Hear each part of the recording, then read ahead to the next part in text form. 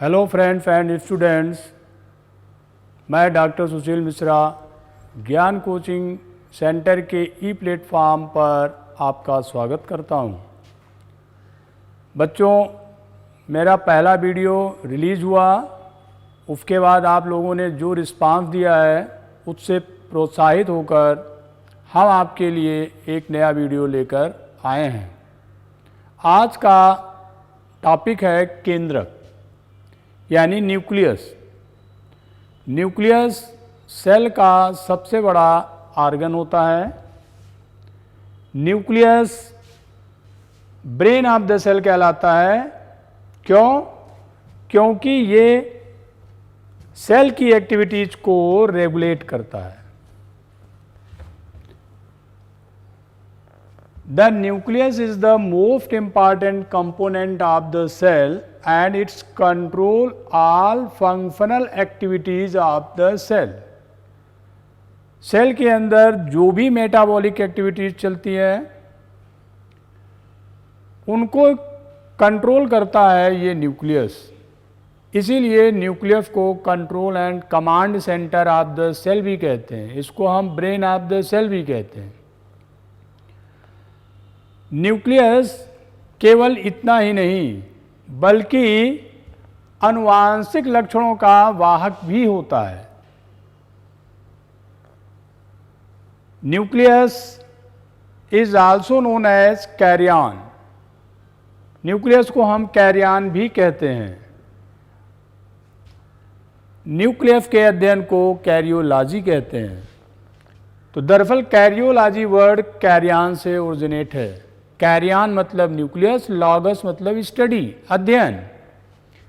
इसलिए इसको बेटा हम कैरियोलॉजी कहते हैं, यानी कि जो केंद्रक का अध्ययन होता है वो कैरियोलॉजी कहलाता है।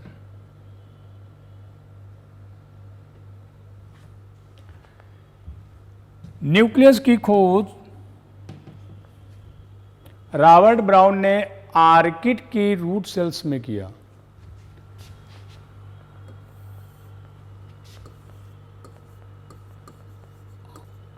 आर्किड की रूट सेल्स में किया।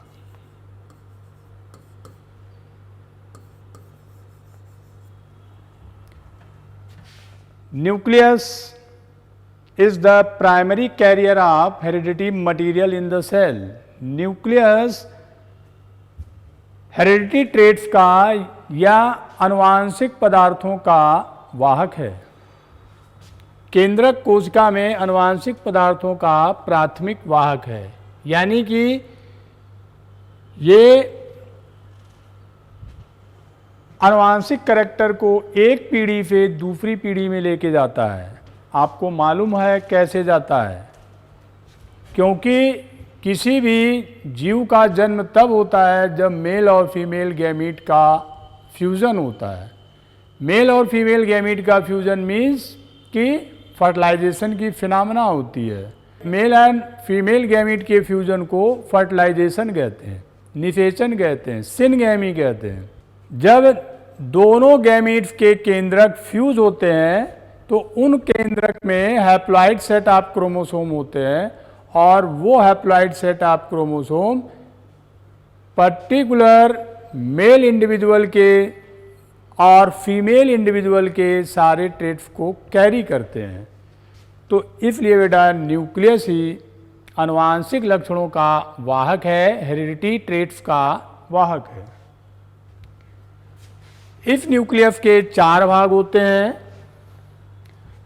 पहला भाग, इस न्यूक्लियस के 4 भाग होते हैं। पहला भाग न्यूक्लियर मेम्ब्रेन, ये केंद्रक का सबसे बाहरी भाग होता है।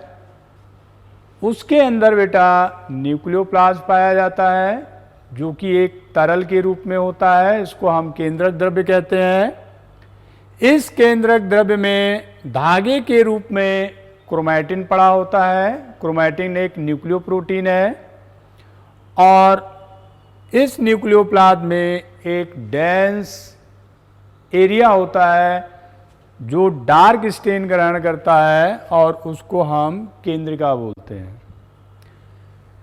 न्यूक्लियस इन 4 भागों से मिलकर निर्मित होता है। जैसा कि आप डायग्राम में देख रहे हैं, पहला पार्ट न्यूक्लियर मेम्ब्रेन, इसको न्यूक्लियर एनवलप भी कह सकते हैं। दूसरा पार्ट न्यूक्लियोप्लाज्म, केंद्रक द्रव्य कहते हैं। तीसरा पार्ट क्रोमैटिन मटेरियल, जो कि क्रोमैटिन के रूप में प्रेजेंट होता है। और चौथा पार्ट है न्यूक्लियोलस, यानी कि केंद्र का। तो ये 4 भाग होते हैं एक केंद्रक के। अब हम लोग इनको एक एक करके पढ़ते हैं। सबसे पहले न्यूक्लियर मेम्ब्रेन, यानी कि केंद्रक झिल्ली। केंद्रक झिल्ली केंद्रक का सबसे बाहरी भाग होता है। वो एक मेम्ब्रेन के रूप में प्रेजेंट होता है और केंद्रक को साइटोप्लाज्म से सेपरेट करता है। मेम्ब्रेन जो होती है वो लिपोप्रोटीन की बनी होती है। Membrane double layered and porous होती है। Membrane double layered and porous होती है। डायग्राम में देखते हैं। डायग्राम में आप क्या देख रहे हो? ये हिस्सा है न्यूक्लियर मेम्ब्रेन का। ये हिस्सा है न्यूक्लियर मेम्ब्रेन का। तो बेटा देखो, एक लेयर ये है, इसको हम आउटर न्यूक्लियर मेम्ब्रेन कहेंगे और दूसरा हिस्सा इसको हम इनर न्यूक्लियर मेम्ब्रेन कहेंगे।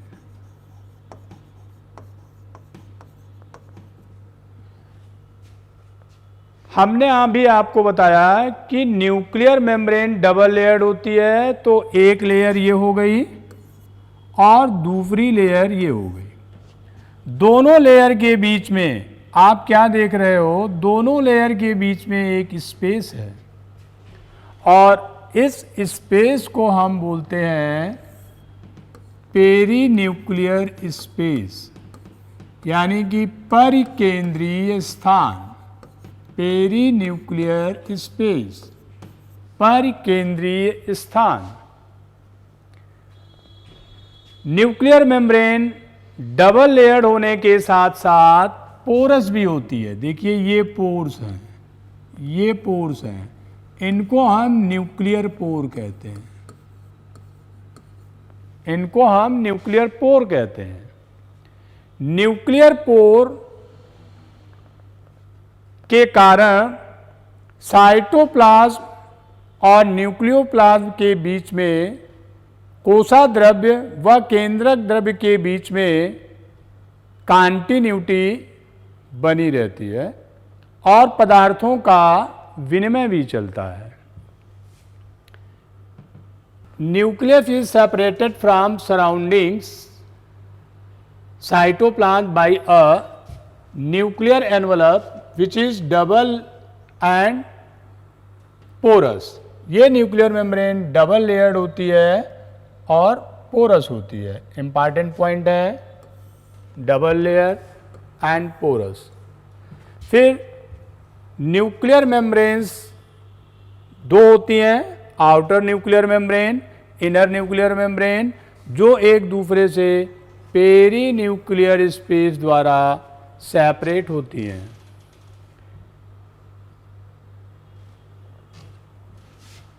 आउटर मेम्ब्रेन एंडोप्लाज्मिक रेटिकुलम के साथ कंटिन्यू करती है। जो आउटर न्यूक्लियर मेम्ब्रेन होता है वो बेटा किसके साथ जुड़ा होता है? वो एंडोप्लाज्मिक रेटिकुलम के साथ जुड़ा होता है और इसके आउटर सरफेस पर राइबोसोम भी प्रेजेंट हो सकते हैं। राइबोसोम, जबकि इसका जो इनर सरफेस होता है वो स्मूथ होता है, वहाँ पर राइबोसोम जैसा कोई भी ऑर्गेनेल नहीं पाया जाता।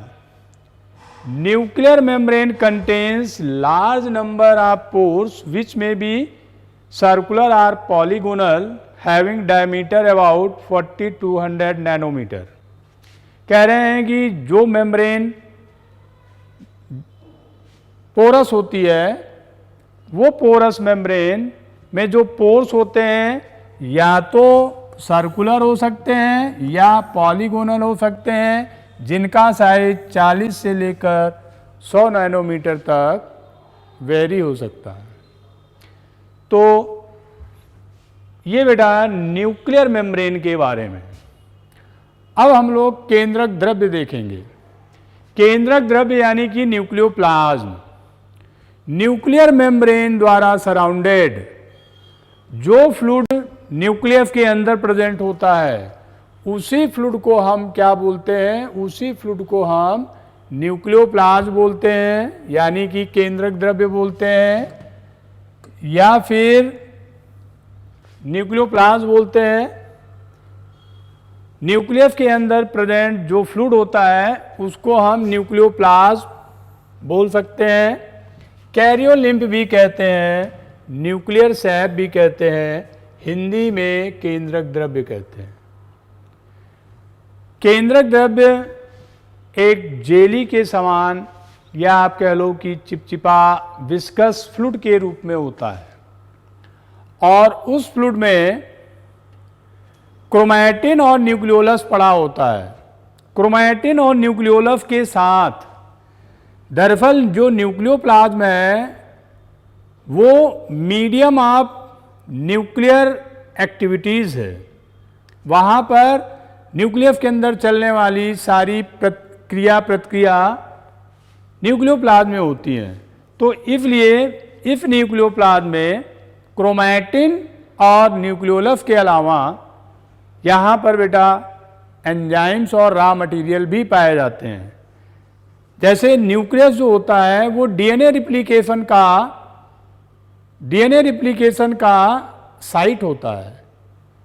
तो डीएनए रिप्लिकेशन के लिए जो भी एंजाइम जैसे कि डीएनए पॉलीमरेज और उसको बनाने वाले जो रॉ मटेरियल्स हैं यानी कि न्यूक्लियोसाइड ट्राइफॉस्फेट्स, एटीपी, तो जो कुछ भी वहाँ पर रिक्वायर्ड मटेरियल और एंजाइम्स की नीड होती है वो सब न्यूक्लियोप्लाज्म में प्रेजेंट होगा। न्यूक्लियोप्लाज्म में आरएनए का भी फॉर्मेशन होता है, तो हमें आरएनए पॉलीमरेज चाहिए। न्यूक्लियर सैप यानी कि केंद्रक द्रव्य contains enzymes of nucleic acid synthesis like DNA polymerase और आरएनए पॉलीमरेज। न्यूक्लियोप्लाज्म में ये इंपॉर्टेंट फीचर थे। अब थर्ड पार्ट न्यूक्लियस का chromatin thread. Chromatin thread is the third part of the nucleus, जो कि क्रोमैटिन का बना होता है। किसका बना होता है? क्रोमैटिन का। क्रोमैटिन क्या है? क्रोमैटिन न्यूक्लियोप्रोटीन है। What is chromatin? Chromatin is the nucleoprotein. Nucleoprotein. और न्यूक्लियोप्रोटीन क्या है? न्यूक्लियोप्रोटीन है बेटा न्यूक्लिक एसिड प्लस प्रोटीन, और न्यूक्लिक एसिड प्लस प्रोटीन वो क्या कहलाएगा? न्यूक्लियोप्रोटीन। तो क्रोमैटिन क्या है? न्यूक्लियोप्रोटीन है। न्यूक्लियोप्रोटीन में nucleic acid plus protein. Nucleic acid दो प्रकार के होते हैं, ribose nucleic acid, deoxyribose nucleic acid. Chromatin mainly deoxyribose nucleic acid यानी डीएनए व प्रोटीन का बना होता है। ये क्रोमैटिन न्यूक्लियोप्लाज्म में थ्रेड के रूप में प्रेजेंट होते हैं। ये थ्रेड एक नेटवर्क बनाते हैं जिसको हम क्रोमैटिन रेटिकुलम भी कहते हैं, यानी कि क्रोमैटिन जाल भी कहते हैं। क्रोमैटिन दो तरीके के होते हैं, heterochromatin, euchromatin. Heterochromatin euchromatin word Emil Heitz ने दिया, जबकि क्रोमैटिन वर्ड फ्लेमिंग ने दिया। क्रोमैटिन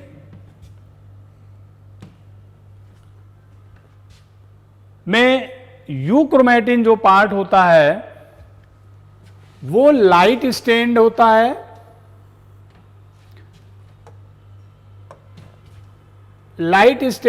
है, और जेनेटिकली एक्टिव होता है।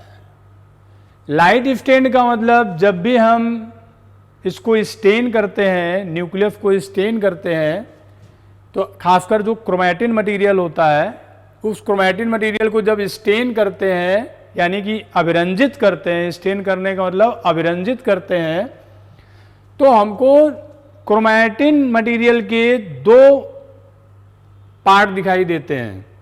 एक लाइट स्टेन्ड पार्ट होता है और दूसरा डार्क स्टेन्ड पार्ट होता है।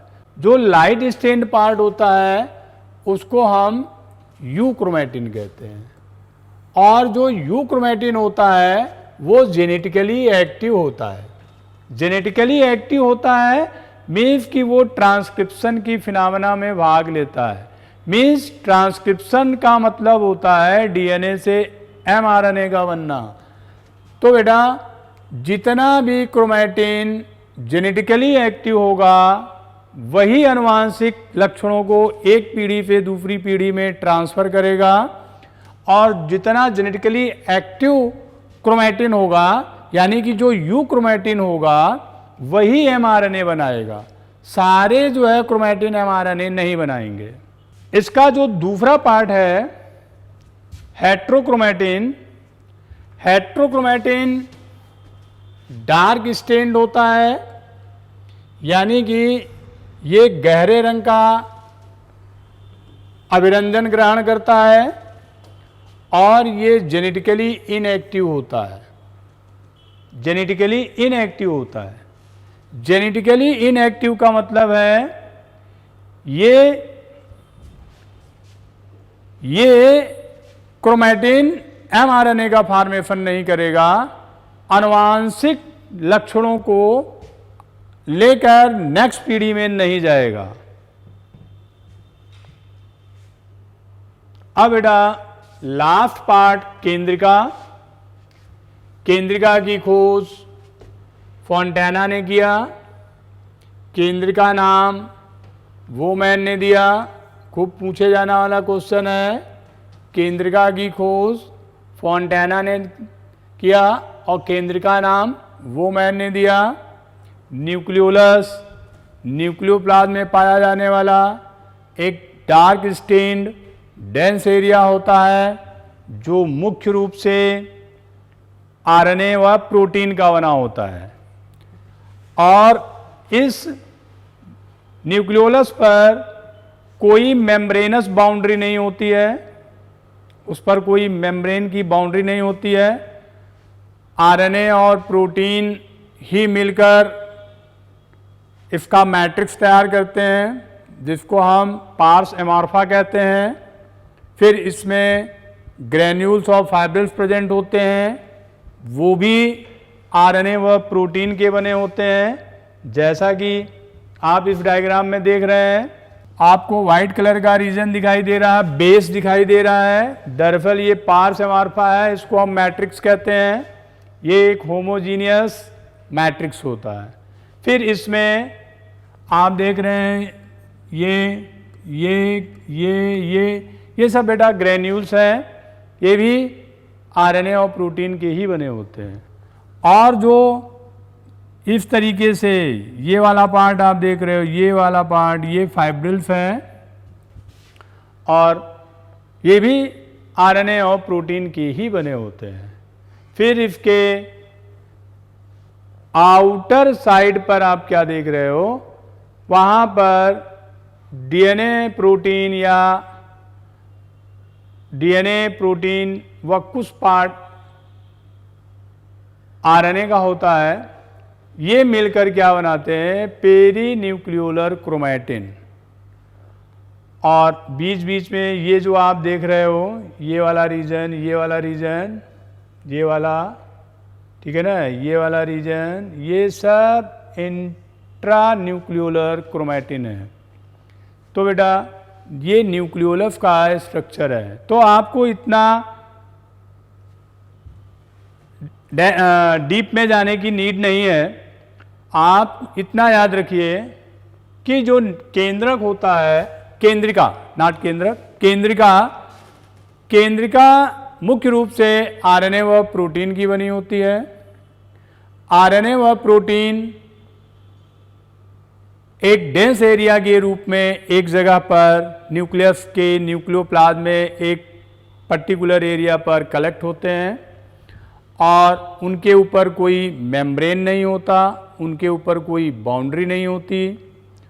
और ये वो जगह है जहाँ पर राइबोसोमल आरएनए यानी कि आरआरएनए और राइबोसोम का निर्माण होता है। एमआरएनए, टीआरएनए का निर्माण न्यूक्लियोप्लाज्म में होता है, जबकि आरआरएनए का निर्माण न्यूक्लियोलस में होता है। बहुत इंपॉर्टेंट फीचर है केंद्रिका का। देखो, nucleoli are very important since they are site of ribosomal synthesis, site of ribosomal synthesis. Synthesis मतलब संश्लेषण, यानी कि ये आरआरएनए का संश्लेषण करते हैं। और आपको मालूम है राइबोसोम जो बनते हैं वो आरआरएनए व प्रोटीन द्वारा निर्मित होते हैं। तो इसलिए राइबोसोमल आरएनए जब प्रोटीन के साथ एसोसिएट होता है तो राइबोसोम का निर्माण करता है। तो कुल मिला के न्यूक्लियोलस का फंक्शन हो गया आरआरएनए का निर्माण करना व राइबोसोम का निर्माण करना। ये बेटा न्यूक्लियस के बारे में। अब देखिए, जो कुछ भी हमने पढ़ा उससे रिलेटेड क्या क्वेश्चन बन सकते हैं, क्या क्या पूछा जा सकता है। कुछ क्वेश्चंस हम आपके सामने पेश करते हैं और हम लोग मेंटल एक्सरसाइज करते हैं इन क्वेश्चंस के साथ। पहला क्वेश्चन है, the cell nucleus was discovered by. बेटा ये ऐसा क्वेश्चन है जो जनरल साइंस में भी पूछा जाता है, एग्रीकल्चर कंपटीशंस में भी पूछा जाता है, मेडिकल के कंपटीशंस में भी पूछा जाता है और कौन बढ़ेगा करोड़पति में भी पूछा जाता है। बहुत इंपॉर्टेंट क्वेश्चन है। तो बेटा इस क्वेश्चन का आंसर, क्वेश्चन नंबर फर्स्ट का आंसर गेस करिए। हाँ, आप बिल्कुल ठीक सोच रहे हैं, Robert brown is the correct answer. हमने आपको बताया था अब थोड़ी देर पहले 1831 में रॉबर्ट ब्राउन ने न्यूक्लियस की खोज किया। रॉबर्ट हुक ने सेल की खोज किया। विर्चोव साहब ने ये बताया था पुरानी सेल्फ के विभाजन से ही नई कोशिकाओं का निर्माण होता है, जिसको उमनिस सेल्ला इस सेल्ला बोला। डिडवे साहब ने लाइसोसोम की खोज किया। Next question, control centre of the cell is.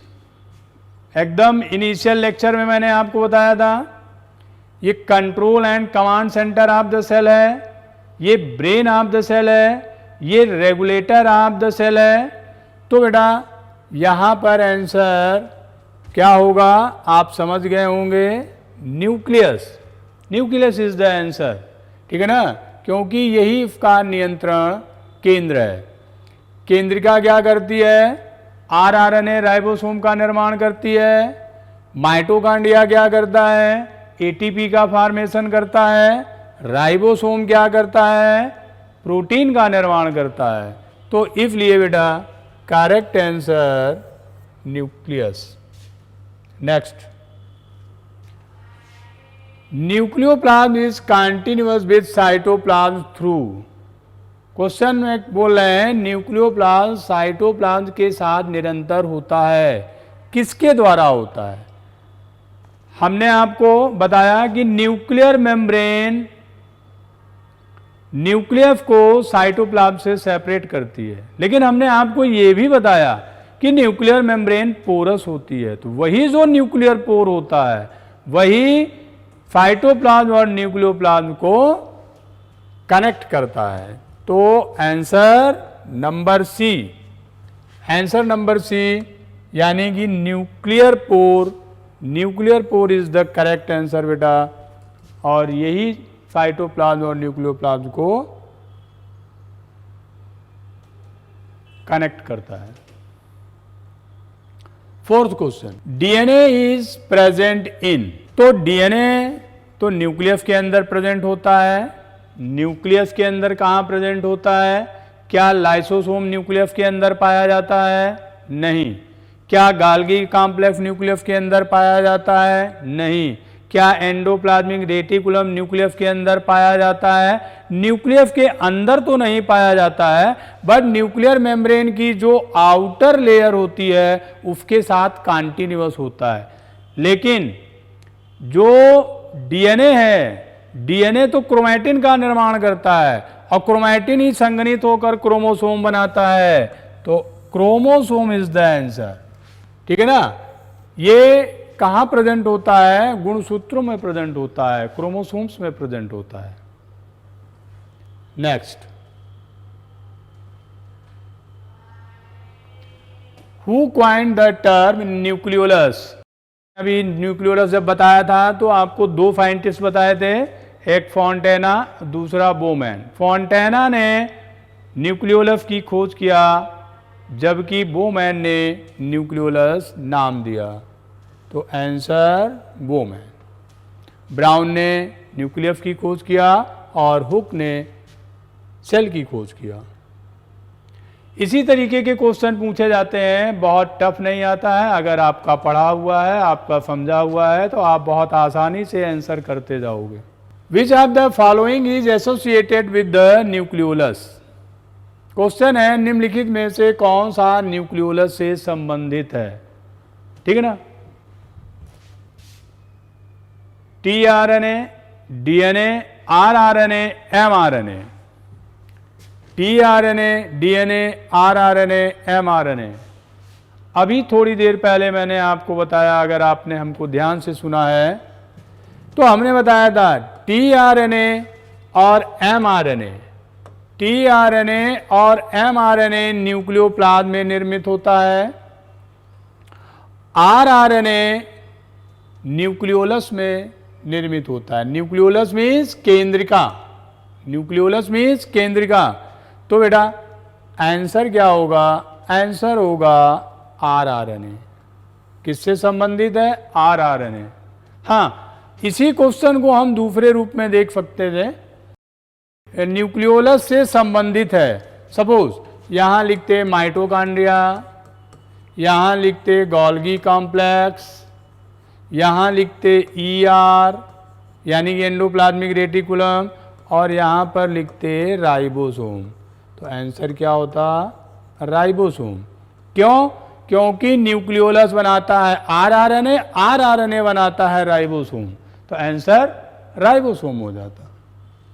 The function of the nucleolus in the cell is.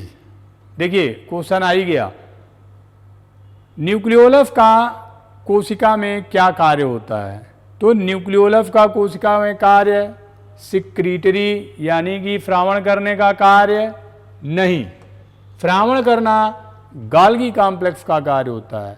Synthesis of DNA, synthesis of DNA chromatin material जो होता है, जो क्रोमैटिन होता है, डीएनए से डीएनए बनता है। तो जो क्रोमैटिन होता है उसका काम है डीएनए का सिंथेसिस करना। Synthesis of RNA and ribosome. तो सभी आरएनए का निर्माण तो नहीं करता है, लेकिन आरएनए का निर्माण केंद्रिका करता है और राइबोसोम का भी निर्माण करता है। और नन ऑफ दीज, इसका मतलब आंसर क्या है? आंसर है बेटा synthesis of RNA and ribosome. अगला क्वेश्चन देखते हैं। DNA is present in, DNA उपस्थित होता है। इससे पहले भी एक क्वेश्चन आया था, इस क्वेश्चन को हमने जानबूझ के आपके सामने रखा क्योंकि ज्यादातर लोग यही जानते हैं कि डीएनए न्यूक्लियस में प्रेजेंट होता है। बच्चों, डीएनए न्यूक्लियस के अलावा माइटोकॉन्ड्रिया और क्लोरोप्लास्ट में भी प्रेजेंट होता है। Answer number B. आपको मालूम होगा, नहीं मालूम है तो मालूम कर लीजिए, माइटोकॉन्ड्रिया और क्लोरोप्लास्ट दोनों ही सेमी ऑटोनॉमस सेल ऑर्गेनेल हैं, यानी कि अर्ध स्वचालित कोशिकांग हैं। अर्ध स्वचालित कोशिकांग हैं क्यों? क्योंकि इनके पास पाया जाता है डीएनए, इनके पास पाया जाता है आरएनए और इनके पास पाया जाता है राइबोसोम। और ये तो अकबर अमर एंथनी है, जहां तीनों मिल गए होनी को अनहोनी कर दे। तो ये वो सारे काम कर सकते हैं जहां यह तीनों मिल गए, जो कोई नहीं कर सकता। तो बेटा माइटोकॉन्ड्रिया एंड क्लोरोप्लास्ट में डीएनए आरएनए या राइबोसोम पाया जाता है। क्वेश्चन है आपका डीएनए इज प्रेजेंट इन, ठीक है ना? तो DNA is present in mitochondria and chloroplast. अब आप कहेंगे कि साहब क्लोरोप्लास्ट यहां भी तो है, लेकिन बेटा लाइसोसोम में नहीं पाया जाता। दोनों आंसर करेक्ट होने चाहिए। कहें साहब आपने बोला कि क्रोमोसोम में भी तो डीएनए पाया जाता है, लेकिन डिक्टियोसोम में तो नहीं पाया जाता। डिक्टियोसोम आपका गाल्गी कॉम्प्लेक्स है। फिर माइटोकॉन्ड्रिया में तो डीएनए पाया जाता है, लेकिन एंडोप्लाज्मिक रेटिकुलम में तो नहीं पाया जाता। तो ये वो जगह हैं जहां पर डीएनए नहीं पाया जाता। तो इसलिए बाकी के तीन आंसर करेक्ट नहीं है। करेक्ट है बी, जहां दोनों जगह पर डीएनए पाया जाता है। नेक्स्ट, ये क्वेश्चन है न्यूक्लियर मेम्ब्रेन से। The nucleus is separated from surrounding cytoplasm by a nuclear membrane which is. इन्होंने न्यूक्लियर मेम्ब्रेन का कैरेक्टर पूछा कि न्यूक्लियर मेम्ब्रेन कैसा होता है। तो बेटा आपको मालूम है nuclear membrane double layered and porous होता है। तो ऑप्शन में लिखा हुआ डबल लेयर्ड विथ पोर्स, छिद्रों के साथ डबल स्तरित होता है। बाकी कोई भी ऑप्शन न्यूक्लियर मेम्ब्रेन को सूट नहीं करता। Nuclear pores are found in, again ये क्वेश्चन न्यूक्लियर मेम्ब्रेन से है। Nuclear pores are found in, केंद्रकीय छिद्र पाए जाते हैं। तो केंद्रकीय छिद्र न्यूक्लियर मेम्ब्रेन में पाए जाते हैं। न्यूक्लियर मेम्ब्रेन को हम न्यूक्लियर एनवलप कहते हैं। न्यूक्लियर एनवलप, न्यूक्लियर मेम्ब्रेन और कैरियोलीमा भी कहते हैं। इसका एक दूसरा नाम भी है कैरियोलीमा। तो ये इस तरीके से इसका जो करेक्ट आंसर है वो न्यूक्लियर मेम्ब्रेन है। दो की केंद्र की छिद्र न्यूक्लियस का भी हिस्सा है, but most correct answer is केंद्रक कला, यानी कि न्यूक्लियर मेम्ब्रेन। आशा करता हूं आप लोगों को समझ में आया होगा, क्वेश्चन भी अच्छे लगे होंगे। Thank you. आप हमारा चैनल देखते रहिए, सब्सक्राइब करिए, लाइक करिए, आपको नए नए वीडियो मिलते रहेंगे। धन्यवाद।